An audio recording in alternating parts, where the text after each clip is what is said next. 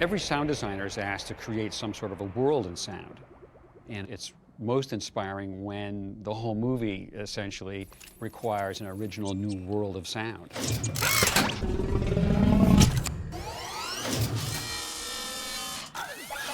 From the background sounds, the ambiances, the wind, the storms, the hum inside a spaceship, as well as the mechanical sounds of motors and robot arms and legs and treads. The big thing that's unique about sound design and animation is the fact that you get nothing for free. You don't get on a set and hear the way the environment sounds naturally, or the way somebody walks across a room, or just their voice. Wally. But in this case, because there isn't dialogue that often, it puts all this emphasis on every little squeak, beep, squawk. Now they all have to mean something. Or you have to be careful that if you use them, people will think they mean something. The sound that Eve and Wally made, that was their character. That was how people were going to connect to them. Ooh. So you have to be in complete control about whether there should be sound and what sounds they are and how many they are and when they happen. You learn that the most important thing that you can do as a sound designer is to make the right choice for the right sound at the right moment in a film.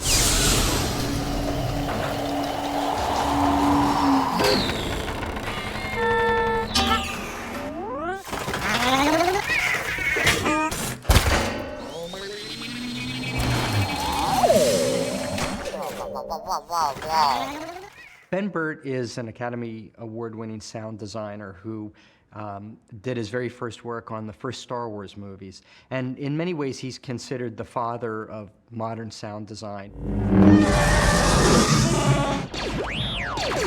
They're these iconic sounds that everybody knows. And you meet Ben, and it's like meeting your 7th grade science teacher. He is your 7th grade science teacher. He is the guy that you're like, can you explain to me how gravity works? And he will sit down and explain it to you in a way that you completely understand it using sound effects. I wanted to create a sound for Eve's laser gun in her arm.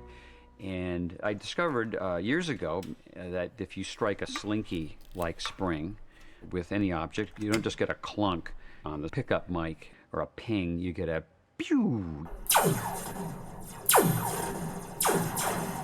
That happens because the high frequencies travel faster than the low frequencies. So if you listen to the sound far away down the wire, the high frequencies get there first, and then the sort of mid frequencies and the low frequencies. So you get, it's a laser gun. Most of my experience in creating sound has been in an era when you can go outside with a small portable tape recorder and gather sounds in the real world.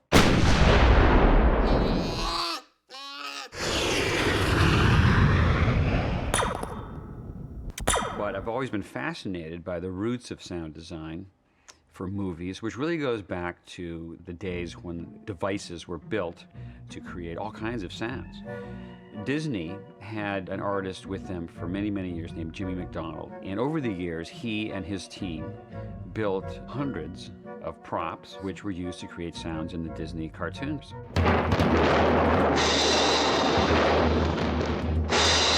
The Disney style was to use musical sounds for sound effects. If a character impacts on the wall, that hit on the wall will probably be a cymbal crash, or maybe it's a funny timpani drum being struck. If somebody zipped across the frame, you might hear a whistle or a flute. And it worked well because those kinds of musical sounds could be controlled in the studio. Recording equipment in the earliest days was very bulky. You couldn't take it outside and go on location to record a train. And so the artists at Disney would simulate the sound right there in the studio.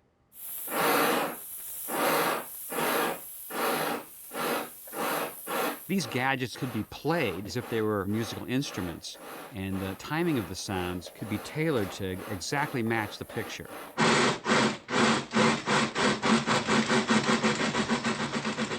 This is a rain machine. I have it just loaded in there with little finishing nails, nailed all on strips, and then a couple hands full of Mexican peas. And by rotating it slowly, you'll get the rain sound.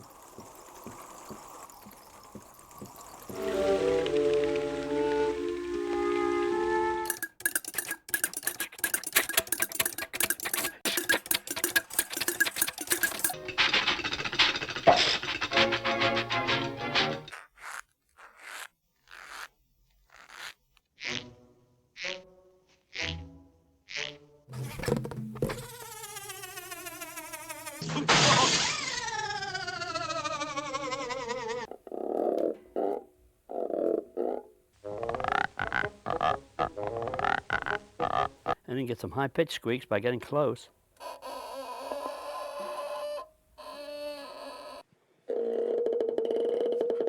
Great. Fortunately, this collection has been preserved by Joe Harrington, sound mixer and sound designer at Walt Disney Imagineering. So I had the opportunity to get a fantastic tour. This is a classic piece of gear. Twist this clockwise, kind of fast. Okay. That was an old machine gun. Drawbridge chains. Hold that in your hand and pull that back. Okay. Oh yeah, screen door. Yeah. Right. Now, see, I would have gone out and tried to find a screen door. You're going to a lot of trouble, driven somewhere, waited till it was quiet, but here it is right here. Fabulous.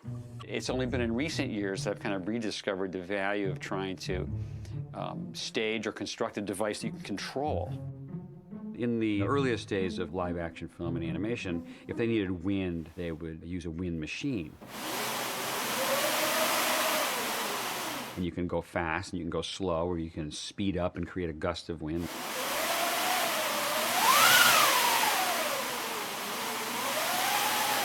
A lot of the wind that we hear in movies has been this artificial wind, just canvas being scraped against wood. But actually I discovered by accident another way to get wind. And that particular sound was used in the big toxic waste storm.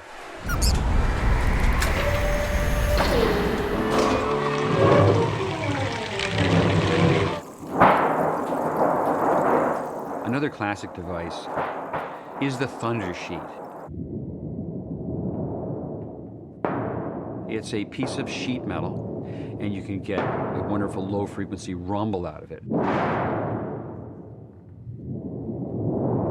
The thunder sheet is used a number of places.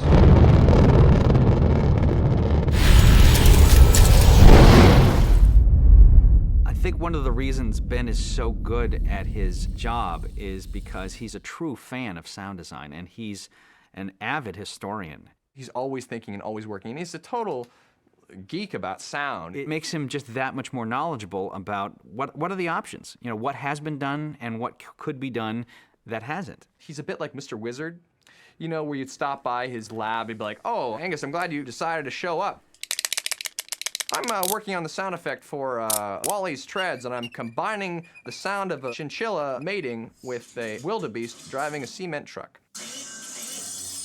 It was something new for us also at Pixar that we had a sound designer in-house on a film before post, you know. It was a little funny at first for me when Andrew would start evaluating sounds that I was making. He would show up, and 5 or 6 other, a group would show up, and they'd all sit around, and I'd play one little sound of a door closing, click, and everybody would think about it, and there'd be a discussion. If it was a softer zip line kind of thing, maybe we could get away with keeping it in there. But I think whatever we end up in the final equation, we should let what his job is win out. We're dealing with sound effects on our initial rough storyboard reels to a level of commentary and critique that I would usually wait for post-production. That's a little too kazooey. You just want a more sort of almost Eve-like room, you know, kind of glow. If that squeak sounds kind of sad and you never meant it to sound sad, it'll throw it that way. So you can't ignore it.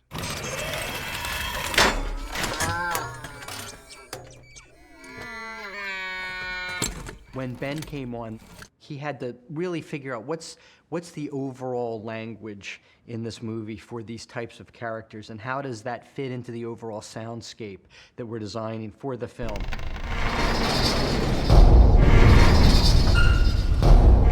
I usually first think, if these objects, places, or robots, or machines really existed, what would they sound like? How would they be powered? What would be the actual physics of how they work?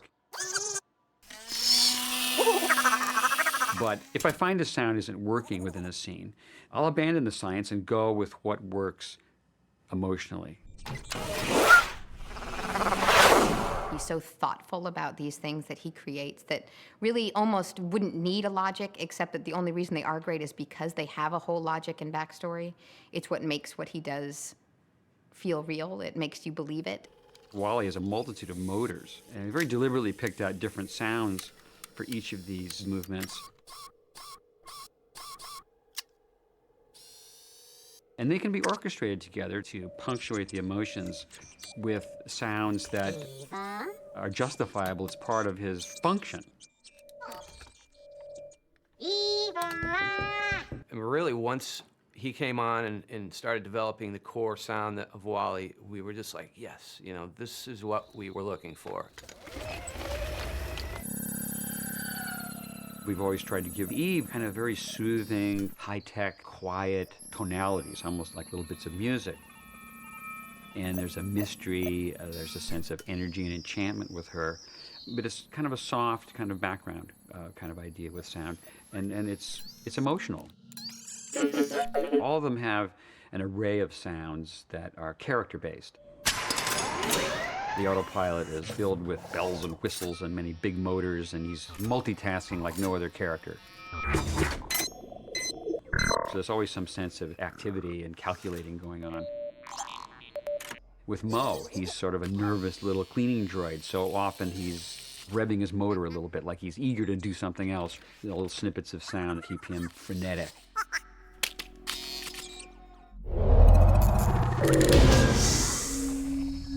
When you use sounds gathered in the outside world, the real world, and you bring them into a science fiction film, you get the credibility of those sounds to sell to the audience the reality of what's really just a very fantastic world. I heard a sound in an old war movie on TV. There was a private cranking a generator to provide power for an army radio in the field. I found one of these old army generators on eBay.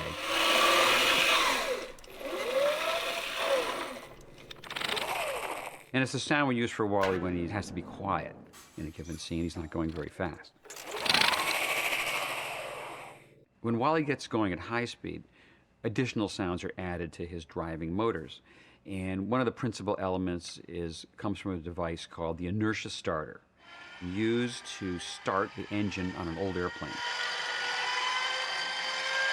And it's a classic sound, often used for the Roadrunner speeding up or the Tasmanian devil spinning in a circle.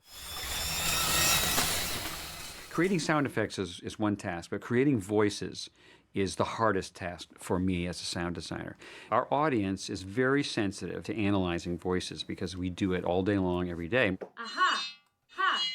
Sound effects can function like a voice. Sound effects can be expressive.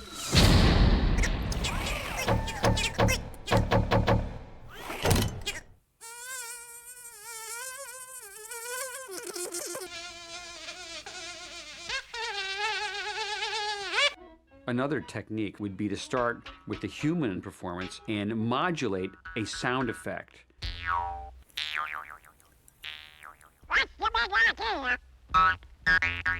The human performance is driving the shape of the twanging Jew's harp.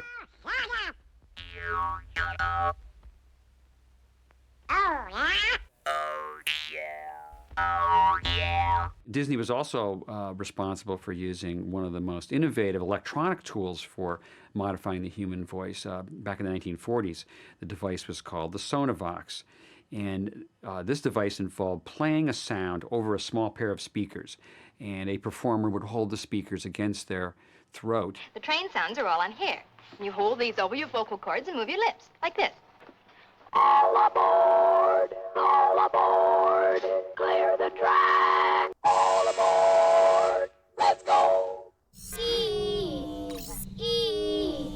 The voice of Eve is a modern example of the same technique. In this case, I'm using a device called a vocoder.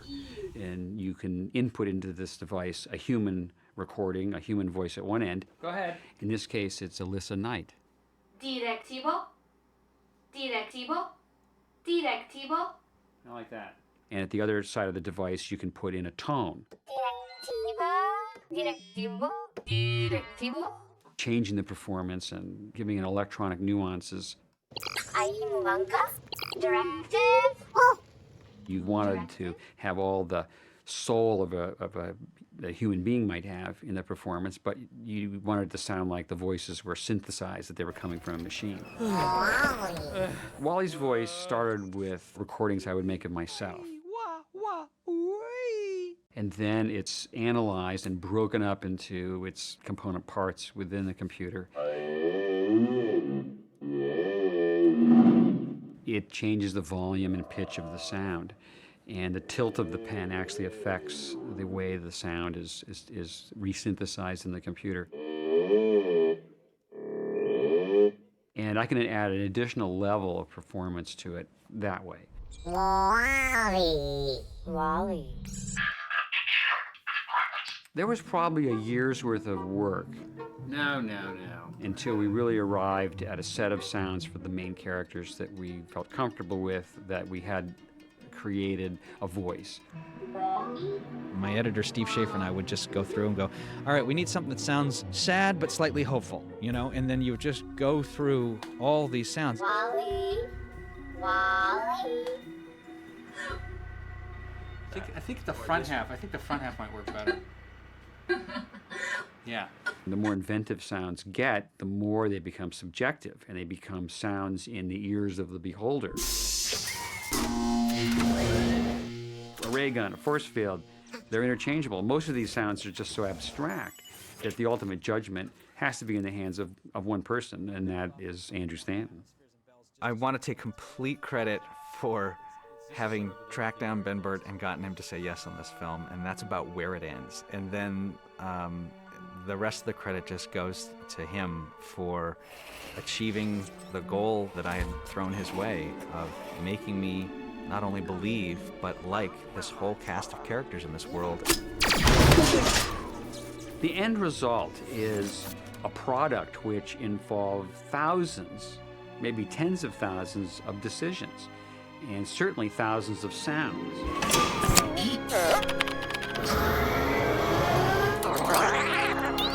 And all of these sounds add up to the world of Wally.